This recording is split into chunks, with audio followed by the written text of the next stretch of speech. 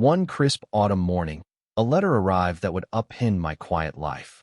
It was heavy envelope stock, the kind that signals important news, postmarked from a law firm in a small town 2 hours away.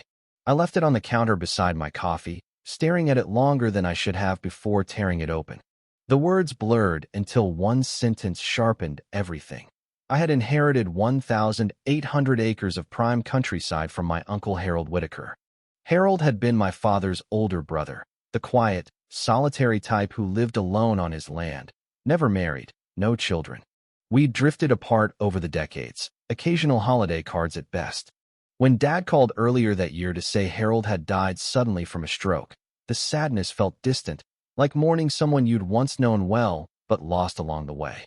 I attended the funeral, shook hands with cousins I barely recognized, then returned to my routine designing landscapes for new housing developments. An inheritance never crossed my mind. Yet here it was, spelled out clearly.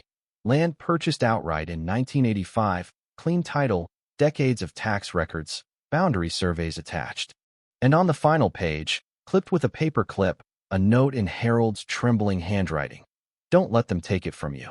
Stand your ground. I phoned the lawyer immediately. Eleanor Hayes answered, her voice steady and professional. She explained the situation plainly.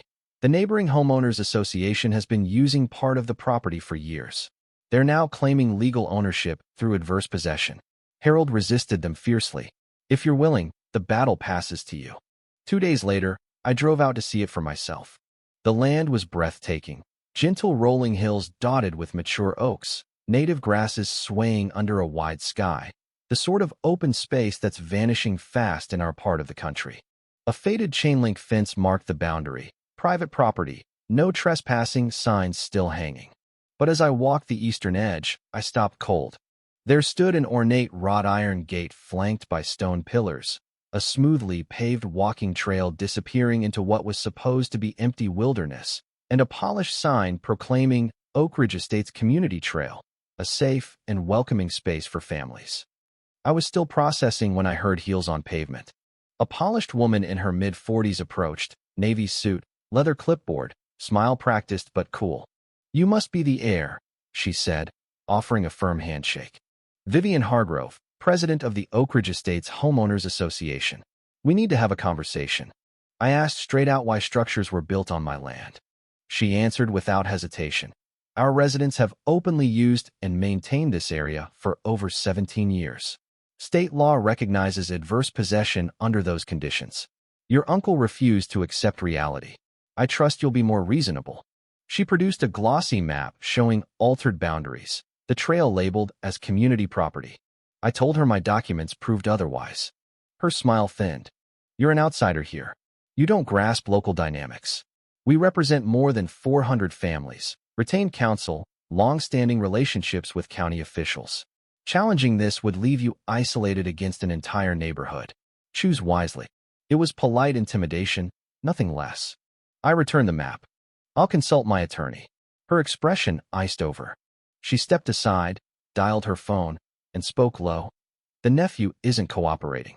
Move the timeline forward." Then, to me, "You truly don't understand who you're up against." She turned and strode away. I photographed every detail, the gate, signage, her map, and called Eleanor. She listened quietly, then asked, "They're going to press hard. Are you in?" Harold's words echoed. I said yes. Eleanor's office held boxes of Harold's meticulous records, certified letters denying permission, demanding removal of any encroachments, copies of every HOA response, and veiled threat. Adverse possession demands open, continuous use without owner consent, but Harold's repeated written objections destroyed their hostile requirement. Their claim was shaky at best, banking on my surrender. We fired the first legal shot, a formal cease and desist demanding removal of all structures within 14 days, citing clear title and documented refusals. They ignored it. Then the public campaign began. Flyers appeared on cars. Selfish newcomer threatens to destroy cherished family trail. Neighborhood social media groups lit up, photos of children strolling the path, captions branding me greedy and cruel. My name circulated rapidly among strangers, none kindly. I stayed silent online, per Eleanor's counsel. Anything I posted could be twisted. They scheduled an emergency community meeting. Against advice, I attended, slipping into a back row seat. The room overflowed with residents. Vivian commanded the front table, projecting maps highlighting our trail in green, my land in red. She portrayed me as an absentee profiteer endangering community well-being. Residents vented fury. Young fathers worried for their kids' safety, seniors crediting daily walks for their health. One man declaring people like me embodied everything wrong with America, putting personal gain above neighbors. Applause roared. I sat motionless, face neutral, but the injustice stung deep. Leaving, a mother pushing a stroller whispered, "I hope you're proud of yourself." That night, someone keyed my truck, a long, deliberate scratch from fender to tailgate. I documented everything obsessively, photos, screenshots, installed trail cameras. An elderly neighbor who'd known Harold approached one day. He confirmed the HOA began in formal use about 12 years ago, built the gate without asking, ignored Harold's protests. He provided a sworn statement. We sent a follow-up letter attaching evidence of vandalism and harassment, shortening the deadline to 7 days. Their attorney responded aggressively. No valid claim on my part. Threats of a $50,000 countersuit for community distress. I finally posted a single, measured statement. Clear legal inheritance, no permission ever granted, open to lawful discussion but not coercion. A few residents paused. Why the smear campaign if their position was solid? Vivian requested a private meeting to clear the air. We met at a quiet diner halfway. She offered apologies for escalation, then slid across an offer, $150,000 to purchase the trail corridor outright, waive all disputes. Generous, she insisted. I asked why pay if adverse possession held. Her composure cracked. We have deeper pockets, longer stamina, influence with zoning boards and commissioners. 400 voters versus one man with old papers. You'll lose everything in court. I refused. This isn't about money. It's about right and wrong. Her eyes narrowed. You'll regret that decision. Weeks dragged with mounting pressure, more vicious posts, anonymous calls, minor vandalism. I kept records, visited the land daily, drawing strength from its quiet beauty. Then came the breakthrough. An anonymous email. I was at the closed board session. What they're planning isn't right. I have documents. Signed Laura Benson, HOA secretary for 8 years. We met cautiously in public. Laura, mid-40s, glasses, visibly anxious, handed over a thick folder, original unedited meeting minutes beside Vivian's altered versions. Dissenting votes erased, unauthorized expenditures on trail construction hidden, decisions fabricated to appear unanimous. She knew from the start they had no legal right, Laura said. She forced it through anyway, then rewrote records to cover it. Laura couldn't stomach the character assassination against me any longer. She agreed to testify if needed. We immediately amended our court filings with her evidence and affidavit. Word leaked fast. Neighborhood forums exploded, residents demanding explanations for falsified minutes, misused dues. Vivian's carefully built narrative fractured. The second community meeting was pandemonium. Over 200 packed the hall, anger now aimed inward. Vivian tried damage control, minor clerical adjustments for clarity, but residents weren't buying it.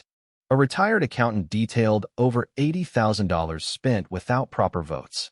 Laura stood and declared, I supplied the originals because I refused to enable fraud any longer. Shouts for resignation filled the room. Vivian attempted a final deflection, pointing at me. The real disruptor is the man who could have settled quietly, but chose division. Heads turned briefly, then back. Nobody cared anymore. A woman near the front said, You divided us, Vivian, not him. Vivian gathered her things and left, doors slamming behind her. They voted her removal on the spot, installed Laura as interim president, passed resolutions for full financial audits and transparency. Turning to me, a resident asked for my side. Scattered applause grew. Several approached afterward, apologizing for believing the rumors, thanking me for exposing deeper issues.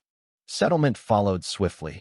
Complete removal of gate and trail, reimbursement of all my legal fees plus damages totaling $35,000, formal county recorded acknowledgement of my exclusive ownership.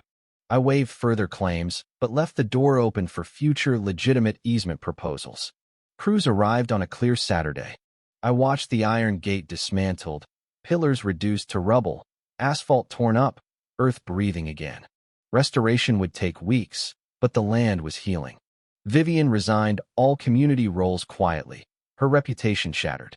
Laura later shared the new board was rebuilding trust through open books. An old neighbor who'd known Harold stopped by one afternoon. He'd be proud, he said. I spent months planning careful preservation, native plantings, erosion control, keeping it wild yet sustainable. One evening on the ridge, I planted a young oak sapling, roots deep in soil Harold had guarded so fiercely. The fight is over. The land is secure, title undisputed. I stood my ground, not with rage or vengeance, but with patience, records, and refusal to yield to bullying. Truth prevailed, not quickly, not easily, but completely. What about you? Have you ever faced a situation where a group tried to steamroll one person simply because they had numbers and influence? Where did you draw the line between compromise and standing firm on principle?